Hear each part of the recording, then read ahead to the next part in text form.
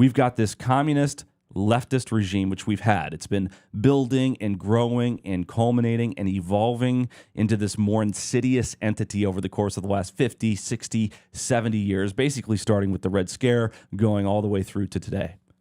And then we've got the right, but the right is not unified like it was in 2024. See, Donald Trump in 2016 came out with America First. He said, make America great again, something that Reagan said, something that Bill Clinton said. But the America First notion was something that was novel. And the reason it was so appealing and it resonated with the zeitgeist or the spirit of the times in the United States of America is because there was this subtle great awakening in light of all of the information that people now have access to in the information war. Social media had been blowing up for 10 years at least. By the time Donald Trump ran the first time, everybody had access to high-speed internet for the first time. The information war reached a climax. And because of the massive amount of access to information that people had, there was a subtle underground awakening. And that awakening was that it's not the right versus the left. It's not the Republicans versus the Democrats in the United States of America that will determine our fate. It is the people versus the political class. It was the great epiphany, the great realization that there is no difference between the right and the left. They're two wings on the same bird. There is a uniparty, and America doesn't need a third party. In fact, it needs a second one. This is why we voted for Donald Trump, because of this America First populist awakening. And of course, we saw what happened in 2020. We all rallied and voted for him again on a unified populist front. I even wrote a book in 2016 called The Rise of American Populism based on this whole entire notion. And of course, we've seen some things from Trump that have disappointed us. He hasn't lived up to what we had hoped he would become as a president in his second term. I'm still glad that I voted for him over Kamala Harris, but certainly that America First notion seems to have been abandoned to at least some extent. Whether he's playing 5D chess or he sold us out or he's compromised, I don't know. We'll see. I think time will tell. I actually do believe, unlike the JFK assassination, the MLK assassination, 9/11, I do believe that it will come out and everybody will understand the nature of Donald Trump in the future. Retrospectively, I think we'll understand. But what's happening right now since 2024 is there is a schism in the right, the grand old party, between neoconservatives, like the Mark Levins, the Lindsey Grahams, the Mitch McConnells, the Bibi Netanyahus, and the America First conservatives. These would be the Fuenteses, the Clint Russells, the Chase Geisers, the Info Warrior types.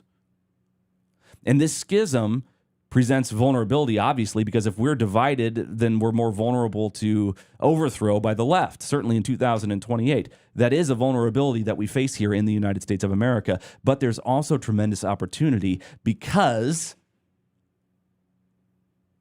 like two little twins in utero, sometimes one twin eats the other. In my prayer is that between 2028 and 2032, here in the United States of America, America First eats the neocons and becomes a whole new renaissance within the right to take total power in 2032. We are not going to have the opportunity to take power in the way that we want in 2028, and we might not even want to, because I have a tendency to think that the candidates that are going to be running for office, for Senate, for House, for the President of the United States, are going to fall into the neoconservative category. Though they'll say some things to try to cater to the new right, not the neoconservatism, but the new alternative right.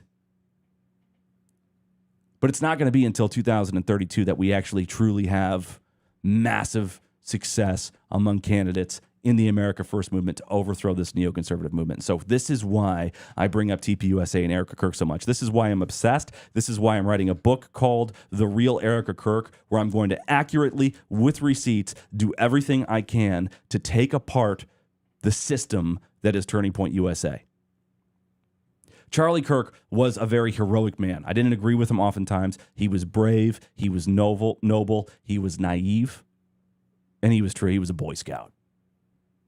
And what he developed over the course of the 10 or 15 years that he was building TPUSA and TP Action was the infrastructure that the Republican Party as an organization should have been developing, but failed to do so because, after all, they don't really give a damn. They're part of the Democratic Party. Why would they work so hard to win elections when it's really all just one political Epstein class cabal? And so while the Republican Party as an organization was sitting on its hands, Charlie Kirk, through TPUSA, was funding organizations, contractors, and entities to build ground campaigns in swing states, to target low-propensity conservative voters, to knock on doors, to hand out ballots, to harvest ballots legally. There was a power vacuum that was created by the apathy, the complacence of the neoconservative movement, which believed that it just had the right forever and it could sell us out forever because, after all, it had been working for them for the last 50, 60, or 70 years. But Charlie Kirk said no. Charlie Kirk said, I will build the infrastructure that the Republican Party is failing to build. And through his work, his massive amount of work and dedication to this country, he single-handedly made himself the leader of a massive political movement and institution, not just a cultural movement, but actual infrastructure, actual organization, actual entities, actual teams and leadership and employees and volunteers who can determine whether or not a Republican candidate will be elected in the United States of America for the presidency of the United States of America. Specifically, Charlie, because he gained a monopoly on the votes in the swing states, became a kingmaker. Now, he couldn't necessarily ensure that a Republican would beat a Democrat, but he could certainly ensure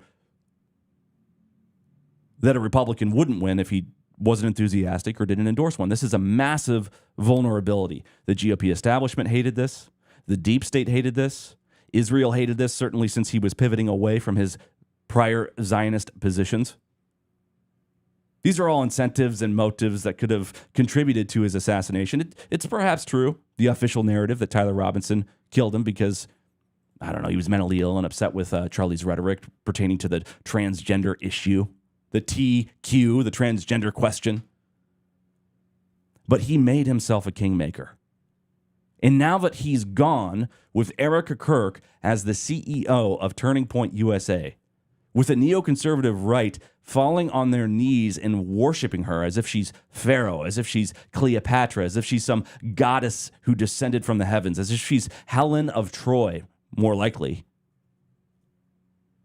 Now we have a situation in which a pageant woman with a background deeply connected to the intelligence community, we've seen the CIA promos that she's been involved in. We've seen the stories and the receipts and the reports of the nonprofit that she was involved with that was shut down in Romania. This woman who, in my opinion, I actually agree. I don't agree with Candace all the time, but I agree with her when she says that Erika Kirk is a psychopath. I do not believe this woman has a conscience. I believe she married Charlie because she saw the upward mobility. Many women do this. I believe she married him for the status. I don't think she had anything to do with his death. And I think once he died, she has done nothing but endeavor to exploit that for political and financial power. And now we have a situation in which Erika Kirk, as the leader of TPUSA, can determine who or if any Republican candidate will be the president of the United States if this infrastructure maintains its current status quo. And so if we hope to swallow our evil twin in utero, if the America First movement on the right hopes to swallow the neoconservative movement over the course of the next 6 years so that in 2032 we have a renaissance, a reborn right, a reborn grand old party, a grand new party, then we have to eradicate the infrastructure of TPUSA, because if we allow Erika Kirk to continue to lead this organization, if we allow this organization to continue to have the influence that it has in the swing states, we will never have an America First candidate who will win the presidency of the United States of America ever again, or any of the swing states ever again. This is the reason to attack Erika Kirk. Not because she's off-putting with her pyrotechnics just days or weeks after Charlie's death. Not because she wears blue contacts, which is just generally unnerving to people, that people would fake their eye color. Not because of her background with the CIA. Not because she was a superficial pageant girl or a psychopath, not because she lied about her history, not because she had a very questionable nonprofit that was loosely at least associated with human trafficking in Romania. These are all good reasons to, take a second look. But the real reason that we should be attacking Erika Kirk, despite the fact that she's a poor widow, I feel bad that she lost her husband. I feel bad for her children. But the reason we should be attacking her is because if we don't, we will sacrifice our country, our motherland. Lady Liberty, America, will be sacrificed. So we as Americans, as patriots, as working class people, have to choose. We have to choose between whether we're willing to stand up against Erika Kirk at the risk of harming our reputations because of her widow status in order to save this country, or if we would rather protect our personal reputations and allow this country to be sacrificed to neoconservatism, the uniparty cabal, the Epstein class, the political class into the 21st century. And right now, it's more important than ever that we do everything we can to take this country back because we're running out of chances. We're running out of moves on the chessboard. We're in an artificial intelligence arms race with China. We've got massive conflict in the Middle East. Iran likely already has nuclear weapons. Things seem to be escalating. Kyiv is being droned and bombed every single day by Moscow. China is looking at Taiwan with a watering mouth. North Korea is ready to take South Korea. There's a massive depopulation crisis. There's a conglomeration of our entire economy within an elite technocratic class that believes they are creating God or that they are God himself. So much vulnerability, a massive surveillance state in place, the risk of World War III, artificial intelligence with the ability to do everything MK Ultra and the Patriot Act did, but with 100 times or 1,000 times or 1,000,000 times the efficiency of what we saw before when it was just suits and quiet rooms and skiffs manipulating the psychology of our entire population. We have generations of young men and women being raised by algorithms controlled, designed, and manipulated by the deep state political class and a technocratic elite which has decided to abandon God in favor of worshiping itself. And we cannot allow Erika Kirk to perpetuate this political system because this political system will culminate in the eradication of humanity off of the face of the earth. And I don't know about you, but I don't want to see another dark ages. I don't want my children to live through dark ages. I want to fight. I want to get back into the information war on a massive scale. I want you to go to chasegeiser.com, sign up. I want you to go to the YouTube channel, subscribe, share it, turn on bell notifications. I want you to listen to Alex Jones every single day, Harrison Smith every single day, Nick Fuentes, Ian Carroll, Candace Owens. You don't have to agree with all of them, but one thing that we do all unite on is that the establishment must come down, and if we hope to replace it peacefully, then we have to act now, aggressively, and rapidly.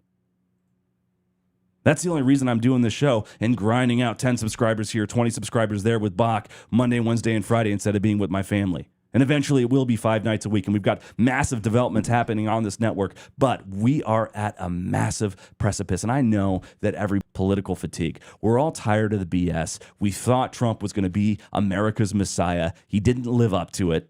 And now we're just tired. We've given up. There's a tendency to be blackpilled. But this is the last lap of the mile. And we're about ready to break a world record as long as we continue to draw breath and keep our eyes forward. I don't know if any of you are runners out there, but if you've ever run track or cross country, one of the first things your coach will tell you, even in junior high, is never look over your shoulder to see how close behind the competition is.